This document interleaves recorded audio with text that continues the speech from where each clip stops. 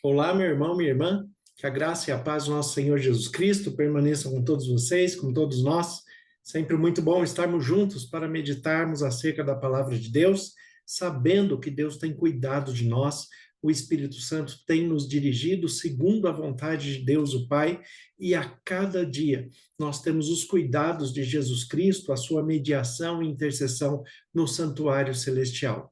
É muito bom nós sabermos que nós temos um Deus que é autoridade sobre o universo e ele está preocupado conosco, ele está preocupado com você, com a sua família, com a maneira em que você está desenvolvendo a sua vida para que você possa desfrutar o melhor desta terra. É assim que Deus quer que nós sejamos, que nós tenhamos felicidade, que nós possamos olhar para Jesus com a certeza da esperança da ressurreição e da vida eterna. É assim que Deus nos anima, nos conforta, é assim que Ele nos conduz todos os dias. Mas a todos vocês que nos acompanham pela Rádio 87.9 FM Dracena, também pelo Facebook Ivan Fidelis e pelo canal do YouTube Família e Fé Pastor Ivan Fidelis, a todos vocês que a graça e a paz do nosso Senhor Jesus Cristo se faça presente na sua mente, no seu coração, de um modo muito especial e que você seja abençoado juntamente com cada família que você representa neste momento. Quando nós falamos a respeito de Deus, do relacionamento com Deus e o propósito de Deus em nossas vidas, nós temos sempre que lembrar que Jesus Cristo veio ao mundo para apresentar a interpretação correta da palavra de Deus e para nos dar um parâmetro humano de como viver junto a Deus com integridade, com fidelidade, não com legalismo, mas com integridade, que são duas coisas muito diferentes. Nós temos a liberdade em Cristo para fazer todas as coisas, mas como diz o apóstolo Paulo, que eu posso fazer todas as coisas, mas nem tudo me convém. E o que não convém? O que não convém é aquilo que Deus apresenta na sua palavra, a Bíblia, como única regra de fé e prática para todo cristão. Então, o que Deus aprova, nós fazemos, o que ele desaprova, nós não fazemos. Mas e ao longo desse tempo, desde a criação humana e desde da encarnação de Deus em Jesus Cristo, porque nós sabemos que Jesus é o Deus que se fez carne e habitou entre nós. Será que não mudou nada na palavra de Deus de lá até aqui? Certamente que não. É por isso que Deus já inspirou o Tiago para dizer no seu livro na Bíblia que em Deus não há mudança e nem sombra de variação. Então, ele é o mesmo ontem, hoje e assim será eternamente. Deus não muda, Deus não volta atrás nas suas ideias, nos seus pensamentos, ele sabe aquilo que é melhor para todos nós e ele vai nos apresentando o que é melhor. Hoje nós temos uma vida mais confortável, mas infelizmente esse conforto tem distanciado muitas pessoas de Deus. E tem pessoas que se acham autossuficientes de tal forma a ponto de pensar que não precisam mais de Deus. E começam a seguir as suas vidas com esta intenção, com essa característica de ser autossuficiente em si mesmo. Deus, ele, claro, nos dá autonomia, ele nos deu autoridade sobre toda a terra, sobre tudo que nós fazemos aqui, mas nós temos que lembrar que haverá um juízo. E a nossa vida está nas mãos de Deus. E dentro desse juízo que haverá, nós estaremos prestando contas a Deus, assim como nós fazemos todos os dias. Porque o juízo, a pergunta que fica é: quando ele acontece? Ou quando ele acontecerá? Nós, o apóstolo Paulo nos diz, na sua carta aos Romanos, que nós somos julgados todos os dias.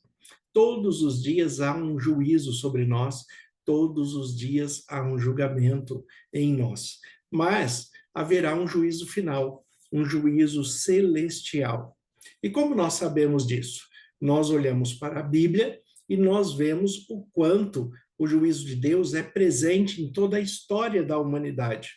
Desde o Éden, na verdade, desde, né, do lar celestial, quando o querubim ungido se posiciona contra Deus e convence um terço do céu de que ele está correto, que Deus está errado, houve um juízo ali, e é por isso que o querubim ungido se torna Satanás, e junto com este um terço dos seres celestiais, eles são expulsos dos céus, são expulsos do lar de Deus. Se eles foram expulsos é porque ali houve um juízo, houve uma decisão de Deus que não será revogada. Esta decisão, ela foi final, ela foi cabal, enquanto decisão, sim, porque não há mais oportunidade de arrependimento de Satanás e seus anjos. Mas enquanto a vida, a longevidade, ele ainda existe e ele ainda tem influência sobre o mundo e sobre todas as pessoas, porque o final de tudo ainda não chegou. O juízo de Deus ainda não se concluiu. Ele está fazendo esse juízo todos os dias, desde o seu lar celestial até os dias de hoje, passando pelo Éden, onde também homem e mulher foram julgados e ali foram expulsos do Éden porque cometeram pecado, o pecado de não crer na palavra de Deus e crer na palavra do seu adversário. Eles não creram na palavra de Deus e por isso foram comer do fruto do conhecimento que Deus tinha falado para que eles não comessem. Então essa ideia de juízo, ela passa por toda a Bíblia, ela permeia toda a Bíblia para que nós tenhamos a consciência de que realmente haverá um juízo. Salomão, em Eclesiastes capítulo 12, ele fala a respeito desse juízo, falando que nós devemos nos alegrar nos dias da nossa mocidade, mas que nós não podemos esquecer que de tudo prestaremos contas a Deus. De todas as coisas nós prestamos contas a Deus. Então nós temos que fazer como o apóstolo Paulo fala em Efésios: vede prudentemente como andais, não como nécios, mas sim como sábios. Observem prudentemente qual é o seu comportamento, qual é o seu linguajar, quais são as suas amizades, o seu relacionamento, a sua dedicação às coisas de Deus. Como você tem pautado a sua vida e observado a sua vida. A todo momento, o juízo chega a nós. E quando nós chegamos em João, capítulo 16, nós observamos isto com uma clareza ainda maior. João 16 fala a respeito da missão do Espírito Santo, Jesus se despedindo dos seus discípulos, mas ele nos deixa uma palavra muito forte e verdadeira que tem que nos chamar a atenção. Então, João 16, versículo 7, o texto diz assim: mas eu vos digo a verdade, convém que eu vá, porque se eu não for, o Consolador não virá para vós outros. Se, porém, eu for, eu vou-lhe enviarei. Quando ele vier, convencerá o mundo do pecado, da justiça e do juízo. Do pecado, porque não creia em mim. Da justiça, porque eu vou para o Pai e não me vereis mais. E não me vereis mais. E do juízo, porque o príncipe deste mundo está julgado. Observe, o príncipe deste mundo, que é Satanás, João, na sua primeira carta, em João capítulo 5, versículos 18 e 19, ele fala que nós somos de Deus, mas o mundo jaz no maligno. Mas no versículo 18, ele fala algo que é importantíssimo nós lembrarmos, de que aquele que é nascido de Deus nos guarda e o maligno não nos toca. Jesus, que é nascido de Deus, nos guarda e o maligno não nos toca. É bom nós termos esta visão, esta perspectiva, porque o maligno não pode nos tocar, mas nós também não podemos abrir brechas para que ele se aproxime de nós e nos engane de alguma maneira. Aqui no texto de João 16, fica claro a palavra de Jesus falando que haverá, né, pecado, quando ele fala aqui, quando vier o Espírito Santo, concederá ao mundo, convencerá o mundo do pecado, da justiça e do juízo. Então, no mundo nós temos pecado, mas também nós temos justiça e teremos no final o juízo. O pecado é aquilo que nós fazemos contra Deus, aquilo que desagrada a Deus. A sua primeira carta, João coloca que pecado é a transgressão da lei, transgressão da palavra de Deus, da Bíblia, daquilo que Deus nos deu como orientação. Então, nós devemos seguir a sua palavra de modo íntegro, fazendo o nosso melhor, observando a palavra de Deus dentro da melhor interpretação. Deus não espera que nós sejamos perfeitos, mas que nós façamos o melhor daquilo que Ele tem preparado para nós. Então, aqui o versículo 8 e 9 de João 16 fala que quando o Espírito Santo vier, convencerá o mundo do pecado, da justiça e do juízo.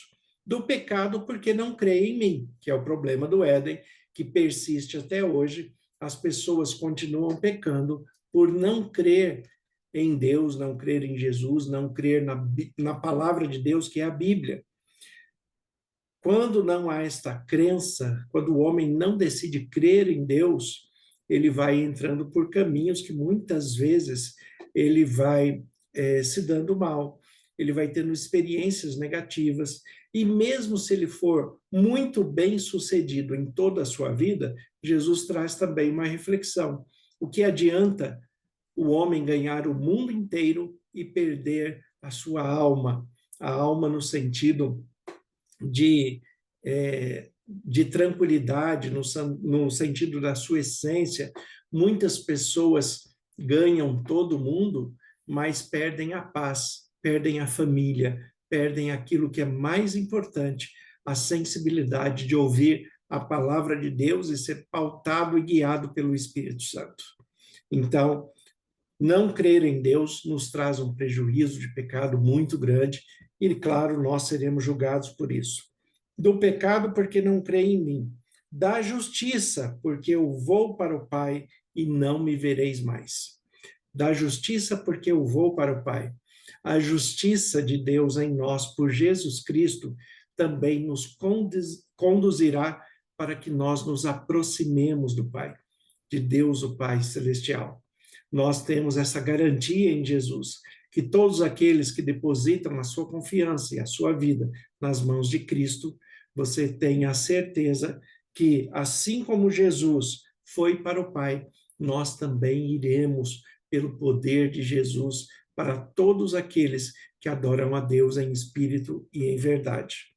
E aqui no versículo 11, do juízo, porque o príncipe deste mundo já está julgado. A questão é, assim como nós nos aproximamos de Deus em Jesus Cristo e temos a justiça para a vida eterna, também aqueles que se aproximam de Satanás e o seu domínio do mundo também terá o mesmo juízo, o mesmo julgamento que ele recebeu. E qual foi o julgamento que ele recebeu? Perder a eternidade, perder a existência. A expressão de Isaías 14, Ezequiel 28, falando por analogia a respeito de Satanás, dentre as sentenças que Deus dá a ele, ele fala, você nunca mais será eterno. Satanás não é eterno, ele está julgado e ele terá um fim, assim como todos aqueles que optaram por estar ao seu lado, por estar junto a ele.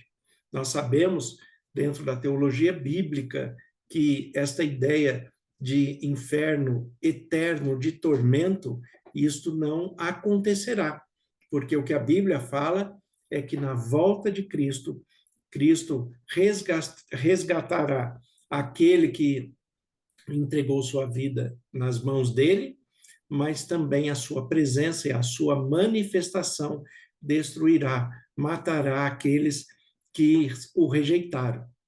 E ali, depois de 1000 anos, eles serão ressuscitados para o juízo final, e neste juízo final, eles serão totalmente destruídos. Totalmente destruídos da sua essência, da sua existência. Ele não ficará eternamente em sofrimento, mas ele será destruído pelo poder de Deus, até por misericórdia de Deus, exatamente, para não viver sofrendo eternamente. Quando nós vamos entendendo a palavra de Deus, nós compreendemos que podemos descansar no Senhor. Como nós fazemos isto todos os dias? Nós observamos, aqui podemos observar o texto de Apocalipse, capítulo 14, versículo 14, a revelação que Jesus Cristo dá por intermédio de um anjo a João.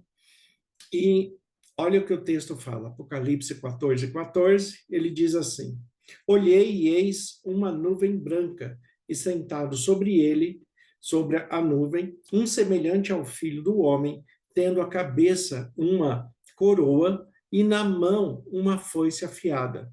Outro anjo saiu do santuário, gritando em grande voz para aquele que se achava sentado sobre a nuvem: toma a tua foice e ceifa, pois chegou a hora de ceifar, visto que a seara da terra já está madura. E aquele que estava sentado sobre a nuvem passou a sua foice sobre a terra, e a terra foi ceifada. O que ele está falando? Que Jesus voltará. Jesus voltará, e na sua volta, ele irá, como fala Paulo em 1 Tessalonicenses, capítulo 4, a partir do versículo 13, ali diz que os mortos em Cristo ressuscitarão primeiro. Então, Jesus vem, ressuscita os mortos, todo olho verá, ele resgata os mortos para a vida eterna, mas aqueles que o rejeitaram, o negaram, ficarão mortos aqui por 1000 anos, aguardando a segunda ressurreição. Né? Por isso, o versículo 13 de Apocalipse 14 diz assim: então ouvi uma voz do céu dizendo: escreve, felizes os mortos que desde agora morrem no Senhor, diz o Espírito, para que descansem das suas fadigas, pois as suas obras o acompanham. Então, observe, Deus está atento às nossas obras, aquilo que nós fazemos, aquilo que nós falamos. Tudo é registrado diante de Deus. É por isso que em Apocalipse 21 depois vai falar que abriram-se livros e muitos livros, e o livro da vida foi aberto. E para que você tenha a vida eterna, seu nome tem que estar escrito no livro da vida. E para isso, você tem que aceitar a Jesus Cristo como Senhor e Salvador de sua vida e ter a palavra de Deus, a Bíblia, como única regra de fé e prática para que você viva segundo os propósitos de Deus. Aqui no versículo 14 de Apocalipse 14, o que me chama a atenção é o versículo 15. Outro anjo saiu do santuário, gritando em grande voz para aquele que se achava sentado sobre a nuvem: toma a tua foice e ceifa, pois chegou a hora de ceifar, visto que a seara da terra já amadureceu. Deus está esperando que nós venhamos a amadurecer para que Ele possa fazer a colheita. Amadurecer é crescer no conhecimento espiritual, crescer na palavra de Deus, crescer com a maturidade dos relacionamentos humanos, sociais, compreender o amor de Deus, compreender a presença do Espírito Santo e se submeter à sua vontade, que é sempre boa, agradável e perfeita. Isto é desenvolver maturidade. Então haverá um juízo. E neste juízo, quando Jesus voltar, nós, aqueles que já foram julgados porque entregaram suas vidas a Cristo, serão resgatados por ele para a vida eterna. Aqueles que ficam aqui também já foram julgados, porque se não houvesse julgamento, não haveria distinção entre aquele que vai para a vida eterna e aquele que fica. Se há essa diferença, é porque todos já foram julgados. É por isso que nós, os salvos, não entraremos em juízo, como fala Jesus em João 5:24. Nós não entramos em juízo porque somos julgados todos os dias. Quando nós descansamos no Senhor, quando nós morremos no Senhor, nós apenas aguardamos a ressurreição para a vida eterna. e nessa ressurreição vai acontecer o que Jesus fez em Atos, capítulo 1, o versículo 6 em diante, que diz assim: Então, os que estavam reunidos perguntaram: Senhor, será este tempo em que restaures o reino de Israel? Responder-lhes: Não vos compete conhecer os tempos ou épocas que o Pai reservou para a sua exclusiva autoridade, mas recebereis poder ao descer sobre vós o Espírito Santo, e sereis minhas testemunhas tanto em Jerusalém como em toda a Judéia e Samaria e até os confins da terra. Ditas estas palavras, foi Jesus elevado às alturas à vista deles, e uma nuvem o cobriu com seus olhos. E estando eles com os olhos fitos no céu, enquanto Jesus subia, eis que 2 varões vestidos de branco se puseram ao lado deles e lhe disseram: Varões galileus, por que estáis olhando para as alturas? Esse Jesus, que dentre vós foi assunto aos céus, virá do mesmo modo que o viste subir. Jesus voltará no mesmo modo em que ele subiu. É isso que nos garante os anjos, os seres celestiais, é isso que nos garante a palavra de Deus, a Bíblia, é isso que garante o Espírito Santo que habita em nós. Da mesma maneira que Jesus subiu ao céu, ele descerá para buscar todos aqueles que o adoram em espírito e em verdade, amadureceram na fé e se permitiram ser guiados pelo Espírito Santo. Você tem que estar no meio deste povo para que nós possamos nos abraçar na eternidade e reaver todos os nossos entes queridos que tomaram a mesma decisão. Vamos orar? Vamos falar com Deus. Senhor, nosso Deus e Pai, te agradecemos pela tua palavra que é viva e eficaz. E em nome de Jesus, como ministro do Evangelho, eu peço que o Senhor abençoe de maneira muito especial a cada um dos nossos irmãos e irmãs que estão nos acompanhando e que eles tenham a sensibilidade de ouvir a tua voz. Nós te agradecemos pela salvação e vida eterna, e é pelo nome de Jesus Cristo que nós oramos. Amém. Que Deus abençoe a todos. Tenham um excelente dia, uma excelente semana, em nome de Jesus.